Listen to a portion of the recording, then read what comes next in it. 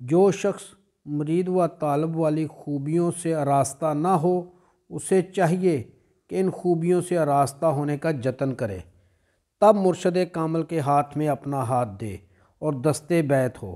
یہ کام اور یہ عمل اس لیے بھی ضروری ہے کیونکہ یہ راستہ اللہ تعالیٰ کی جانب جاتا ہے، جس پر چلنے کے لیے مرید و طالب والی خوبیوں کا ہونا لازمی اور ضروری ہوتا ہے۔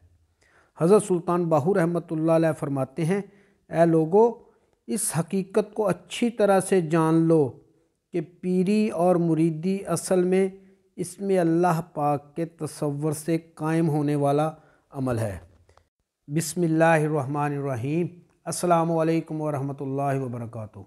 الصلاۃ والسلام علیک یا سیدی یا رسول اللہ وعلی آلک واصحابک یا سیدی یا حبیب اللہ۔ ناظرین، آج کا ہمارا موضوع مرید و طالب ہے۔ اللہ رب العالمین نے انسان کو دو راستے دکھا دیے ہیں، ایک راہ حق کا ہے اور دوسرا راہ باطل۔ راہ حق رحمانی راستہ ہے جبکہ راہ باطل شیطانی۔ انسانی قلم میں موجود نفس لوامہ انسان کو رحمانی راستہ اپنانے کی ترغیب دیتا ہے اور نفس امارہ شیطانی راستہ پر پوری قوت سے چلانے کی کوشش کرتا ہے۔ شیطانی راستہ اپنانے والے ظالموں کی صف میں شامل ہو جاتے ہیں۔ تکبر، حرص، حسد اور ان کے تن من میں گھر کر لیتے ہیں۔ وہ جو بھی برا کام کرتے ہیں شیطان اس پہ انہیں تحسین پیش کرتا ہے۔ اس طرح وہ ظلم میں بڑھتے ہی چلے جاتے ہیں، آخر ان کا انجام برا اور افسوسناک ہوتا ہے۔ ایسے لوگوں کے بارے میں اللہ تعالیٰ کا فرمان اس طرح ہے۔ پارہ نمبر 25 سورۃ الشورى آیت نمبر 8 میں اللہ تعالیٰ کی ذات ارشاد فرماتی ہیں، وَالظَّالِمُونَ مَا لَهُم مِّن وَلِيٍّ وَلَا نَصِيرٍ، اور ظالموں کا نہ کوئی ولی ہے نہ مددگار۔ جن لوگوں پر اللہ رحمان و رحیم اپنی رحمت کی نگاہ فرماتا ہے ان کے من میں ولی، رہبر اور مرشد کی تلاش کا جذبہ پیدا ہو جاتا ہے۔ مرشد کی تلاش کرنے والے یا مرشد پا لینے والے کو مرید یا طالب کہا جاتا ہے، یعنی مراد حاصل کرنے کا طالب۔ مرشد کامل کی تلاش شروع کرنے سے قبل مرید یا طالب کو چاہیے کہ وہ اپنے دل و دماغ کو مرشد یا طالب کے مقام تک پہنچائے۔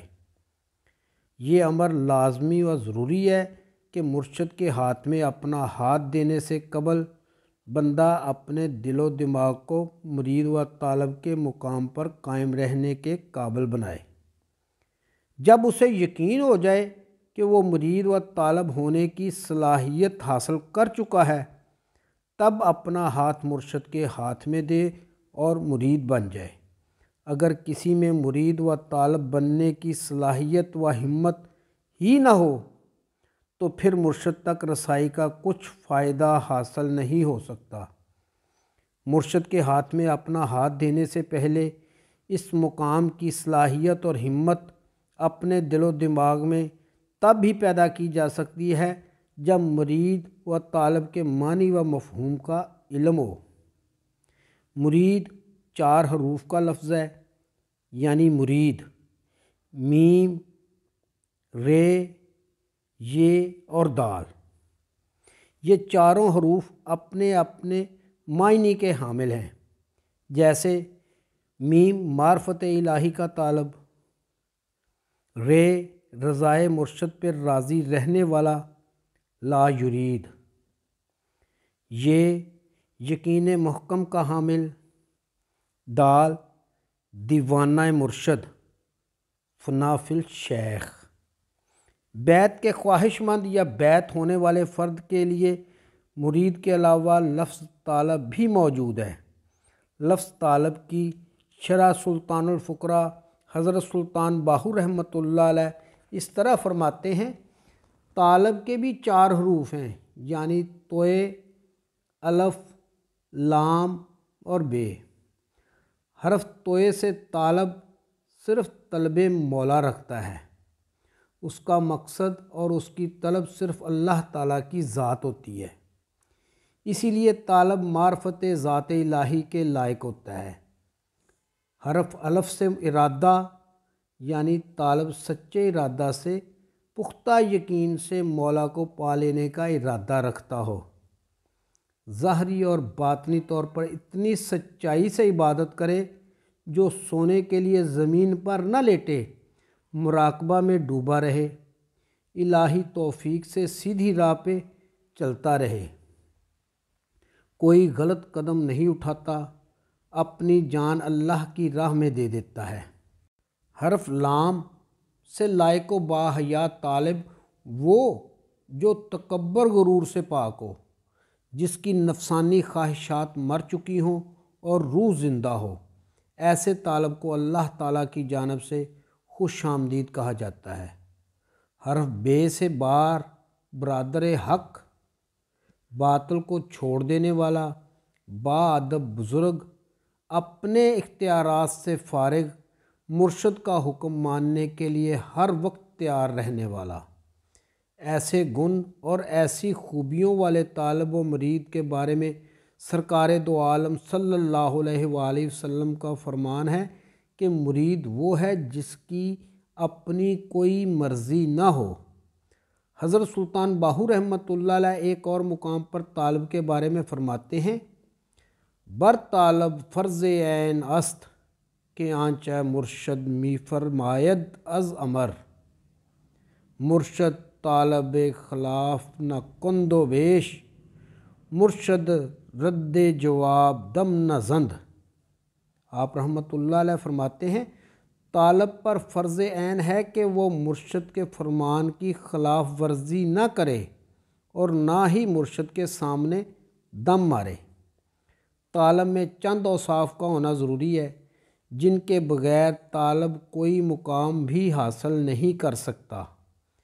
اس ضمن میں حضرت سلطان باہو رحمۃ اللہ علیہ کا فرمان ہے کہ نمبر 1 با ادب ہو، دوسرا با حیا ہو، تیسرا طلب خدا رکھتا ہو، چوتھا نفسانی خواہشات چھوڑ دے، پانچواں ما سوائے اللہ کو طلاق دے، چھٹا مرشد کی اطاعت میں رہے، ساتواں خدا کی راہ میں جان تک قربان کرے، آٹھواں ہمیشہ خاموش رہے، نواں باشعور اور اس کا باطن معرفت اور قرب الہی کے لائق ہو، دسواں زندہ دل اور مردہ نفس ہو۔ طالب مولا کے ذمہ 5 حقوق ہوتے ہیں۔ اول ماں باپ کا حق، دوسرا استاد کا، تیسرا پیر کا، چوتھا مرشد کا اور پانچواں بیوی کا۔ ان تمام حقوق سے مرشد کا حق غالب تر اور فائق تر ہے، کیونکہ مرشد سے معرفت الہی اور چشم بینا یعنی حق تعالیٰ کو دیکھنے والی آنکھ کے مراتب حاصل ہوتے ہیں۔ طالب کو اسی خاص راہ پہ چلنا چاہیے۔ جو راہ حق پر نہ چلے وہ بھٹک جاتا ہے۔ اس حوالہ سے حضرت سلطان باہو رحمۃ اللہ علیہ کا فرمان ہے، ہر کے طالب خود مطالب لا فزن، طالبان جاسوس باشد رہزن سیاہ۔ آپ رحمۃ اللہ علیہ فرماتے ہیں جو طالب اپنے مطالب کو فوقیت دیتا ہے اس کی طلب جھوٹی ہے۔ ایسے طالب جاسوس اور طالبان حق کے بھی رہزن ہوتے ہیں۔ حرص و ہوس کے جال میں پھنسے ہوئے لوگ طالب ہونے کے قابل نہیں ہوتے۔ راہ حق پر چلنے کے خواہش مند ہی طالب کہلانے اور طالب ہونے کے مستحق ہوتے ہیں۔ اس حوالہ سے حق باہو رحمۃ اللہ علیہ فرماتے ہیں، سگ خصالت نیست طالب سگ طریق، طالب ایشاں بباید حق رفیق۔ آپ رحمۃ اللہ علیہ فرماتے ہیں کتے کی خصلت والے طالب کہلانے کے مستحق نہیں، طالب وہی ہے جو رفیق حق ہو۔